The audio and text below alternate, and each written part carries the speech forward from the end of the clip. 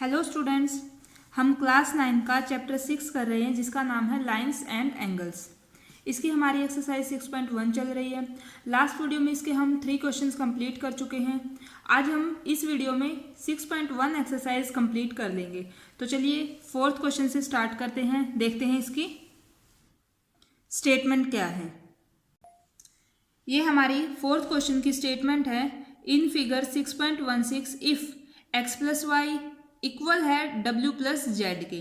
देखो x plus Y यानी कि ये दोनों एंगल्स, इन दोनों का सम इक्वल है w प्लस जेड के। किसके? w प्लस जेड यानी इन दोनों के।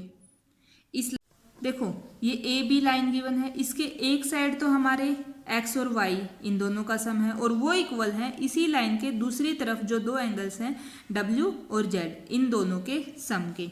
तो हमें क्या प्रूव करना है? Then prove that AOB is a line.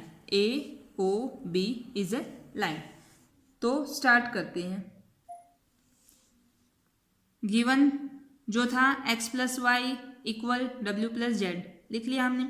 हमें प्रूव क्या करना है? AOB इज ए लाइन, यानी कि AOB ये हमें एक लाइन प्रूव करनी है। अगर ऐसे कुछ गिवन है, इसे हमें लाइन प्रूव करना है, तो हमें क्या करना होता है? इस लाइन पे बनने वाले एंगल्स का सम अगर हम 180 डिग्री दिखा देते हैं, यानी कि उन्हें लीनियर पेयर दिखा देते हैं, तब वो हमारी क्या हो जाती है? एक लाइन। तो इस क्वेश्चन में हमें ये करना है कि या तो हम x और y इन दोनों एंगल्स का सम 180 के इक्वल प्रूव कर दें, या फिर देखो ये दोनों w और z भी तो इसी लाइन पर बन रहे हैं, या फिर हम w और z का सम 180 के इक्वल प्रूव कर दें। तो उससे हमारा ये प्रूव हो जाएगा कि AOB वो एक लाइन है। तो चलो शुरू करते हैं। कैसे करेंगे इसको? मैंने आपको इंट्रोडक्शन पार्ट में बताया था, अगर मान लो ये कोई लाइन है, इसके ऊपर बनने वाले ये पूरा एक सर्कल, ठीक है, यानी कि ये भी इधर वाले और इधर वाले पूरा एक सर्कल जब होता है तो उन सारे एंगल्स का सम किसके इक्वल होता है? 360। ठीक है, यहाँ इस फिगर में देखो आप, ये हमारी एक लाइन है। यहाँ इस पर कौन कौन से एंगल बन रहे हैं? x, फिर y, फिर ये z और फिर ये w, पूरा एक सर्कल कंप्लीट हो रहा है ना। तो यानी कि इन चारों एंगल्स का सम हमारा किसके इक्वल हो जाएगा? 360 डिग्री के। तो हम यहाँ लिखते हैं कि फिगर से हमें क्या दिख रहा है कि जो एंगल x है प्लस y प्लस कौन सा? ये z प्लस w, सबका सम किसके इक्वल है? किसके इक्वल लिखोगे आप? 360 डिग्री के। ओके, अब देखो x प्लस वाई किसके इक्वल है? w प्लस जेड के। तो यानी कि अगर मैं ये इस xy, देखो x प्लस वाई लिखा, यहाँ से देखो आप z और w दोनों का सम किसके इक्वल है? x प्लस वाई के। तो हम यहाँ लिख सकते हैं z और w के सम की जगह मैं क्या लिख सकती हूँ? x plus Y. ओके, इसको आप इक्वेशन 1 कंसीडर करोगे। ये इक्वल है 360 डिग्री के, और ये हमने कहाँ से यूज़ किया है? फ्रॉम इक्वेशन 1 से। ये आपने रीज़न लिखना है, ठीक है। अब आप क्या करोगे? देखो x और x 2x, y plus Y 2y, वो किसके इक्वल है? 360 डिग्री के। ओके, 2 इसमें भी है, 2 यहाँ भी है, तो 2 को कॉमन ले लो, हमारे पास बच गया x प्लस वाई, उधर था 360 डिग्री। 2 इनके साथ मल्टीप्लाई में है, उधर जाएगा तो क्या हो जाएगा? डिवाइड। और जब मैं इसको सोल्व करूंगी तो मेरे पास आ गया x plus y is equal to 180 degree. मैंने यही बताया था ना, किसी भी एक साइड के एंगल्स का सम आप 180 डिग्री अगर प्रूव कर देते हैं तो उससे क्या प्रूव हो जाएगा कि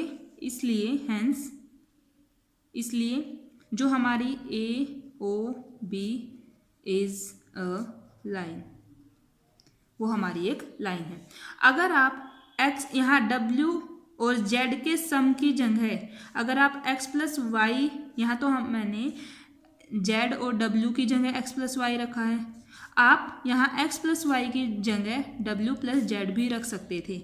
उससे आपका क्या होता? यहाँ आ जाता एक्स प्लस वाई की जगह डब्ल्यू प्लस जेड हो जाता, वो हो जाता 180 डिग्री। फिर भी हम यही लिख सकते हैं कि ए ओ बी जो है वो हमारी एक लाइन है, और लास्ट में हम लिखेंगे हैंस प्रूव्ड। हमने इसको प्रूव कर दिया है। ये था कंप्लीट हमारा 4th question.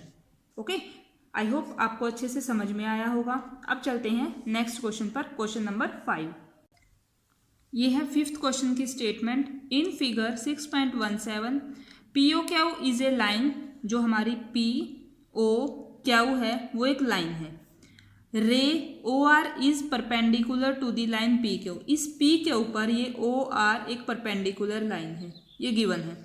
O S is another ray line between rays O P and O R, O P और ओ आर के बीच में एक ओ एस अलग से एक रे है। ओके, तो हमें प्रूव क्या करना है, एंगल आर ओ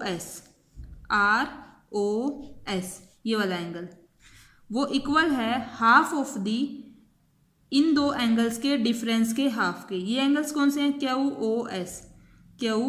ओ एस ये वाला, माइनस पी ओ एस, यानी कि इस पूरे एंगल में से अगर मैं पी ओ एस को माइनस कर दूं और उसका हाफ करूं तो मेरे पास कौन सा एंगल आना चाहिए, आर ओ एस। ये हमें प्रूव करके दिखाना है। तो चलिए शुरू करते हैं।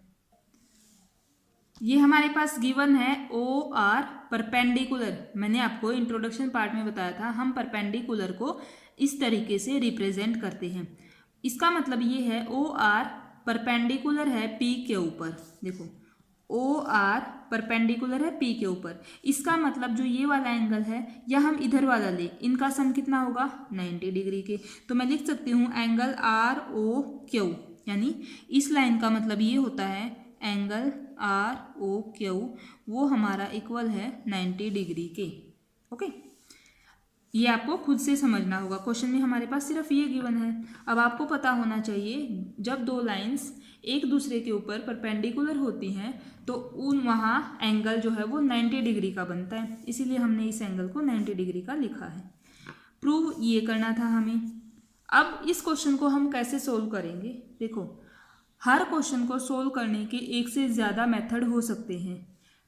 अब उस क्वेश्चन को सोल्व कैसे करना वो उस चीज़ पे डिपेंड करता है कि क्वेश्चन में पूछा क्या गया है। ठीक है, अगर इसी क्वेश्चन में हमसे कोई एंगल निकालने के लिए बोला जाता तो हो सकता है हम उस क्वेश्चन को किसी अलग मेथड से करते, लेकिन यहाँ हमें ये प्रूव करना है। तो हमें इस चीज़ को ध्यान में रखते हुए कि हमें प्रूव क्या करना है, उसी के बेसिस पर आगे हम क्वेश्चन को सोल्व करेंगे। तो ये बातें आपको हर क्वेश्चन में ध्यान रखनी होंगी कि हमें पूछा क्या गया है क्वेश्चन में। ठीक है, उसी के बेसिस पे हमारा क्वेश्चन जो है वो आगे बढ़ेगा। अब यहाँ हमें ये प्रूव करना है जो ये आर ओ एस एंगल है, यानी कि ये एंगल इसकी बात हो रही है, वो हाफ है इन दो एंगल्स के डिफरेंस के। क्यू ओ एस यानी इस पूरे एंगल की भी बात हो रही है, और पी ओ एस इस एंगल की भी बात हो रही है। ठीक है, तो इस क्वेश्चन को अब आप देखो, जब ये लाइन यहाँ परपेंडिकुलर गिवन है ना, ये वाली इस पर पी के ऊपर परपेंडिकुलर गिवन है, तो इसका मतलब इस चीज़ का अगर ये बात गिवन है कहीं ना कहीं इस क्वेश्चन में हम यूज़ करेंगे। ठीक है, तो आपको पता होगा, देखो अगर मैं इन एंगल्स को लिखूँ, ये वाला एंगल इन दो को अगर मैं लिखती हूँ, हमें पता है ये दोनों 90 के हैं, 90 डिग्री के हैं ना, तो और ये एंगल यहाँ से यहाँ तक 90 डिग्री है। क्यों? क्योंकि ये लाइन परपेंडिकुलर थी, मैंने बताया इधर वाला भी 90 है और इतना भी 90 होगा। तो अगर ये 90 है तो इतने एंगल में ये दो एंगल्स आ रहे हैं, एक तो पी ओ एस और एक एस ओ आर, यही आ रहे हैं ना, या फिर आप बोल सकते हो आर ओ एस। इसका मतलब इन दोनों एंगल्स का अगर हम सम करेंगे वो किसके इक्वल आएगा, 90 डिग्री के। ओके, तो इन्हीं बातों को हम यहाँ लिखते हैं। हम क्या लिखेंगे कि एंगल कौन सा, P O S, angle P O S plus angle R O S, दोनों का सम किसके इक्वल है, 90 डिग्री के। क्यों? क्योंकि हमारी जो ओ आर थी वो परपेंडिकुलर है पी के ऊपर, ये इसका रीज़न हो गया है। ओके, सेकंड बात अब देखो, जो ये हमारा इतना 90 डिग्री का है ना, 90 डिग्री है ना। तो अगर मैं इस पूरे एंगल में से यहाँ से लेकर, ध्यान से देखना, यहाँ से लेकर यहाँ, यानी SOQ, इसमें से अगर मैं ये एंगल माइनस कर दूँ तो मेरे पास सिर्फ ये एंगल ही बचेगा ना।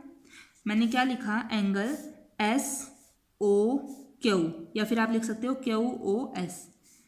QOS। इस पूरे में से हम इसको माइनस कर रहे हैं तो मेरे पास यही बच गया ना।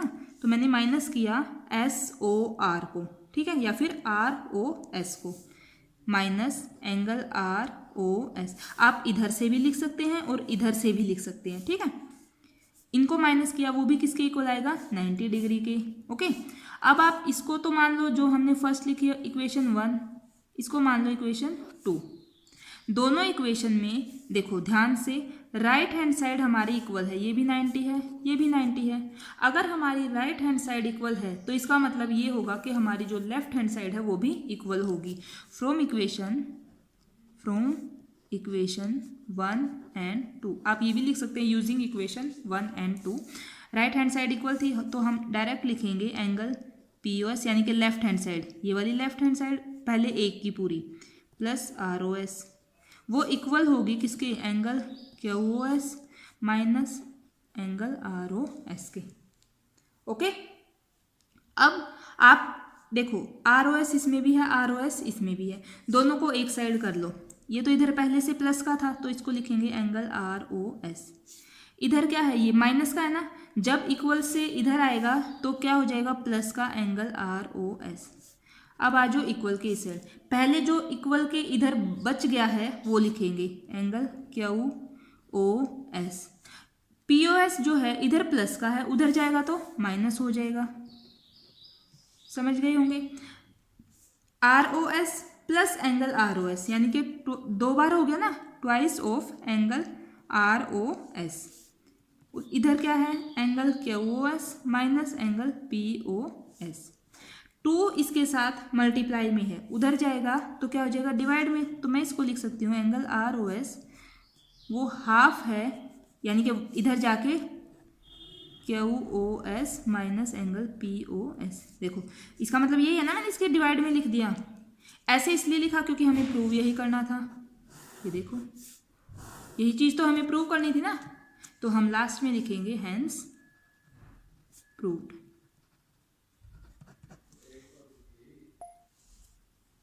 मुझे लगता है 5th क्वेश्चन भी आपको अच्छे से समझ में आया होगा। आई नो हम बहुत ही स्लो कर रहे हैं ताकि हर बच्चे को हर स्टेप अच्छे से समझ में आ सके, ठीक है। तो ये हमारा 4th और 5th क्वेश्चन कंप्लीट हो गया है। अब करते हैं इस एक्सरसाइज का हमारा लास्ट क्वेश्चन नंबर 6। सबसे पहले उसकी स्टेटमेंट देखते हैं। ये देखो भाई 6th क्वेश्चन की स्टेटमेंट है, it is given that angle XYZ is equal to 64 degree and XY is produced to point P। XY को हमने P पॉइंट तक आगे प्रोड्यूस करना है। Draw a figure from the given information. ये जो इन्फॉर्मेशन गिवन है इससे हमें फिगर खुद ड्रॉ करनी है। इस क्वेश्चन में हमारे पास फिगर नहीं गिवन है, ठीक है। इफ रे YQ bisect angle ZYP, find angle XYQ and reflex angle QYP। हमें एक मान लो YQ जो रे है वो बाइसेक्ट करती है एंगल ZYP को। बाइसेक्ट का मतलब ये होता है कि वो इस एंगल को 2 इक्वल पार्ट्स में डिवाइड कर रही है। ओके, तो हमें एक तो ये एंगल निकालना है एंगल XYQ एंड रिफ्लेक्स निकालना है एंगल QYP का, ठीक है। एंगल QYP का हमें रिफ्लेक्स एंगल फाइंड आउट करना है। तो सबसे पहले हम इसकी फिगर ड्रॉ करेंगे। ओके, देखो क्वेश्चन में गिवन है जो एंगल है XYZ वो 64 डिग्री का लेना। तो सबसे पहले ना आप इसी एंगल को आप ड्रॉ कर लो, ठीक है। मान लो हमने पहले एक एंगल बनाया ये और ये ऐसे। अब आप ये मत सोचना कि इसको प्रॉपर 64 डिग्री का बनाना है, आप अंदाजे से इस एंगल को बना सकते हो। ये है हमारे पास 64 डिग्री। कौन सा एंगल है, XYZ। जो ये बीच में लेटर होता है हमारा वो तो हमें यहाँ लेना होता है। अब आपकी मर्जी है एक्स आप यहाँ ले लो या यहाँ ले लो, वो आपकी मर्जी है। आप यहाँ से भी पढ़ सकते हो एक्स वाई जेड, या फिर आप यहाँ से भी एक्स वाई जेड किसी भी तरीके से ले सकते हो। मान लो मैंने यहाँ लिख दिया एक्स वाई और जेड, दोनों आपके सही होंगे।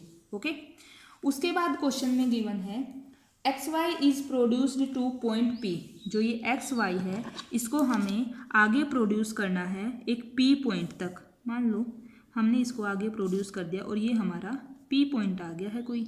ओके, नेक्स्ट क्वेश्चन में क्या गिवन है, इफ रे वाई क्यू, एक वाई से क्यू रे निकलेगी और वो बाइसेक्ट करती है एंगल जेड वाई पी को। पहले जेड वाई पी देखो, जेड वाई पी यानी इस एंगल को एक रे बिल्कुल इक्वली दो पार्ट्स में डिवाइड कर देगी, मतलब बाइसेक्ट करेगी और वो रे हो जाएगी वाई क्यू। यानी जो ये हमारा ये एंगल होगा और ये एंगल होगा दोनों इक्वल हैं। क्यों? क्योंकि जो वाई क्यू है वो एंगल पी वाई जेड को बाइसेक्ट कर रही है। ओके, हमें फाइंड आउट करना है, हम लिख लेते हैं टू फाइंड, क्या क्या फाइंड आउट करना है हमें, angle X Y Q, X Y Q, और एक और निकालना है रिफ्लेक्स किसका, एंगल क्यू वाई पी का। देखो X Y Q, X Y Q यानी कि ये यहाँ से लेकर यहाँ तक ये निकालना है हमें। 64 का पता है, 64 में अगर इतना पार्ट और ऐड कर देंगे तो ये हमारा एक्स वाई क्यू निकल जाएगा। Second is reflex Q Y P, Q Y P इस एंगल का रिफ्लेक्स, रिफ्लेक्स मैंने आपको फर्स्ट क्वेश्चन में भी बताया था, इस पार्ट को छोड़कर जो ये बाहर का जितना भी होगा वो हमारा इस एंगल का रिफ्लेक्स कहलाएगा। ओके, तो शुरू करते हैं। देखो भाई, इस अगर आप एक्स पी, इसको ये एक लाइन है ना हमारी, अगर मैं इसको कंसीडर करके चलूँ, इस पे जो ये जितने भी एंगल्स बन रहे हैं सबका सम कितना होगा 180 डिग्री, क्योंकि लीनियर पेयर है। ओके, अब हमें पता है ये दोनों एंगल्स भी इक्वल हैं, इक्वल है ना, तो पहले मैं यहाँ से इस लाइन का यूज़ करके, लीनियर पेयर का यूज़ करके मैं ये पूरा एंगल्स निकाल लेती हूँ, ये दोनों।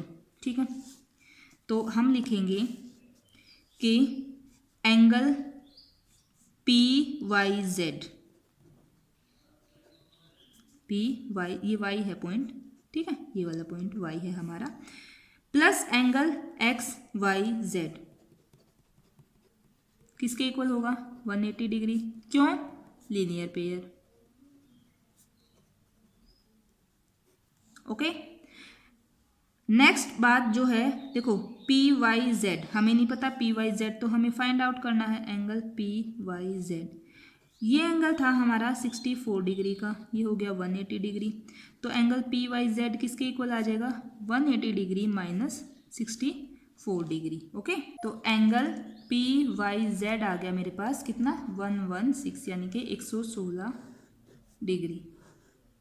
ओके, ये तो मेरे पास ये पूरा आया है यहाँ से यहाँ तक, लेकिन हमें तो कौन सा फाइंड आउट करना है, X Y Z, X Y Q, X Y और क्यू यहाँ तक। उसके लिए हमें पहले ये इतना हिस्सा निकालना पड़ेगा, और हमें पता है कि angle P Y Q, P Y Q वो इक्वल है किसके, क्यू वाई जेड के।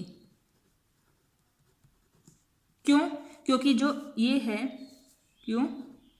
क्योंकि जो वाई क्यू है वो बाइसेक्ट करती है किस एंगल को, इस पूरे को, पी वाई जेड को, एंगल पी वाई जेड।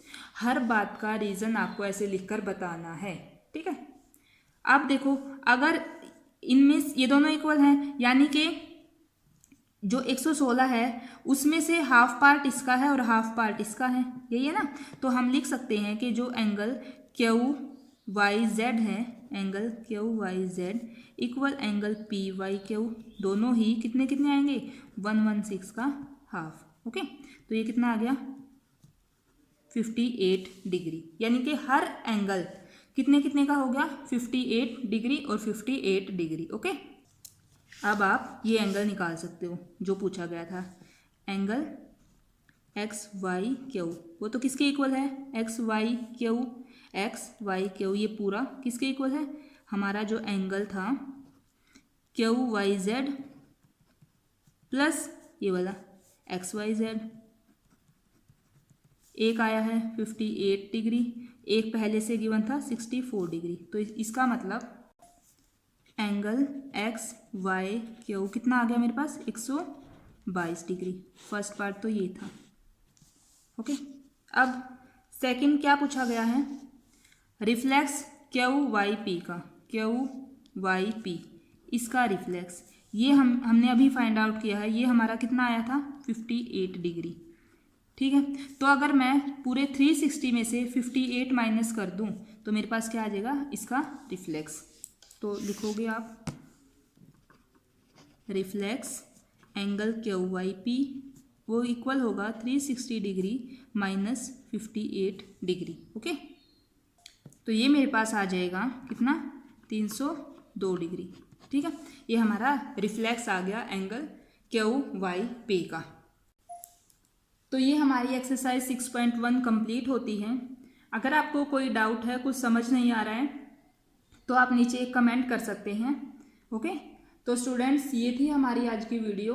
अगर आपके लिए मेरी वीडियोस हेल्पफुल हैं, आपको मेरी वीडियोस पसंद आ रही हैं, तो प्लीज़ वीडियो को लाइक करना, चैनल को सब्सक्राइब करना और अपने फ्रेंड्स के साथ शेयर करना। Thank you.